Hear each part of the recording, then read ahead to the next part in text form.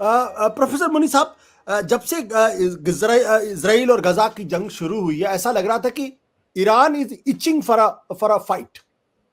ऐसा ऐसा बार बार लग रहा था। ये जो अचानक इराक पे हमला करना, सीरिया पे करना, पाकिस्तान पे हमला करना, क्या ये उसका रिफ्लेक्शन है?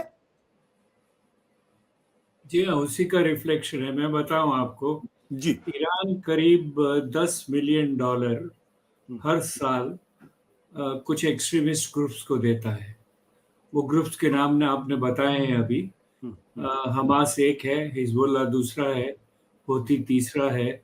और उसके अलावा जहां जहां उनको मौका लगता है कि इजरायली के खिलाफ काम करने वाले लोग हैं, उनको वो मदद देते हैं। लेकिन ये मदद रिएक्शन में है। इजराइल बिल्कुल वही काम करता है।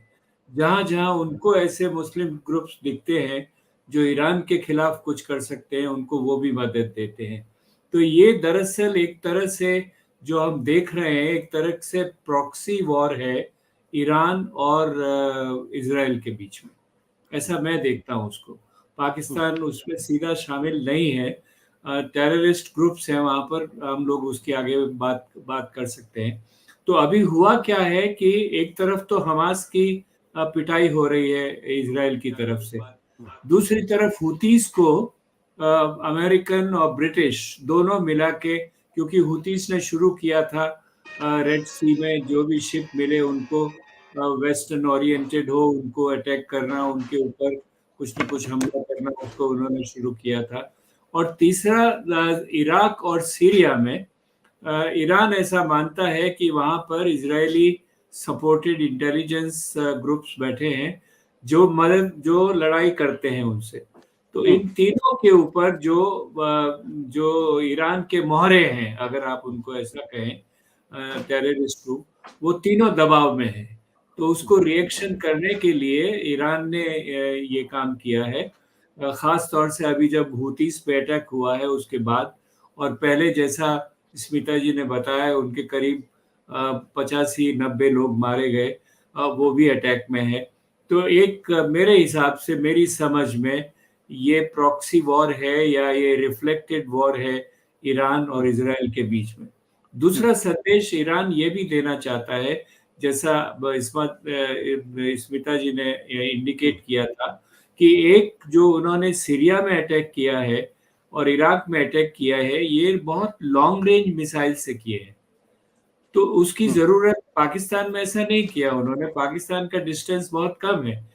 वो सीरिया और इराक पे अटैक करने के लिए भी वो कम डिस्टेंस से कर सकते थे, लेकिन लॉन्ग डिस्टेंस से करके, मैं समझता हूँ वो इस बात को इंडिकेट कर रहे हैं कि हमारी कैपेसिटी क्या है, हम किस हम्म, तरह से इसको जो रीजनल लड़ाई है उसमें कितना डेटरेंस हमारे पास में है और कितनी ताकत हमारे पास में है। तो ये दो बड़े मुद्दे मैं उसको देखता हूँ। एक मिनट के लिए जो जी। पाकिस्तान वाली बात है, पाकिस्तान में जो जैसे आदिल जो जो जनुदुल्ला था पहले, उसको हम्म, अमेरिका का भी मदद थी, इजराइल की भी मदद थी। और वो हमेशा से ईरान के फोर्सेस पे अटैक करते रहे थे। और ईरान बार बार पाकिस्तान को कह रहा था कि आप इनको कहीं कहीं कंट्रोल कीजिए। हम्म, पाकिस्तान या तो अपनी मर्जी से कंट्रोल नहीं कर रहा था या वो इनकैपेबल था, क्योंकि वो लोग बलूचिस्तान में बैठे थे और हम्म, बलूचिस्तान में पाकिस्तान की पकड़ फौज से आगे है नहीं कहीं पर। तो इसीलिए ईरान को ये कदम उठाना पड़ा, क्योंकि पाकिस्तान कुछ कर नहीं रहा था, इसलिए उन्होंने उसका जवाब दिया। पाकिस्तान ने इसलिए जवाब दिया कि पाकिस्तान के ऊपर डोमेस्टिक प्रेशर था कि ईरान ने आप पे हमला किया, आप बैठे बैठे क्या कर रहे हैं। तो उन्होंने भी उन वो कह रहे हैं उसको अटैक किया है जो उनके लिए टेररिस्ट का काम कर रहे थे।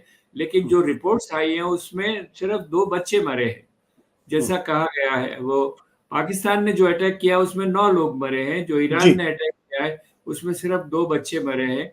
तो कितना टारगेट उनका प्रिसाइज है नहीं है, वो टेक्निकल बात है, उसको हम अलग कर सकते हैं। लेकिन जो बैकग्राउंड है, क्यों ऐसे अटैक हुए हैं, हम्म, पाकिस्तान पे जो अटैक हुआ है वो ईरान समझता है कि अपने डिफेंस में हमने किया है और हम्म, किसी वजह से नहीं किया। और इसीलिए इस अटैक के तुरंत बाद में दोनों सरकारों ने एक दूसरे से बात करके आश्वासन दिया है कि हमारा आपसे कोई झगड़ा नहीं है।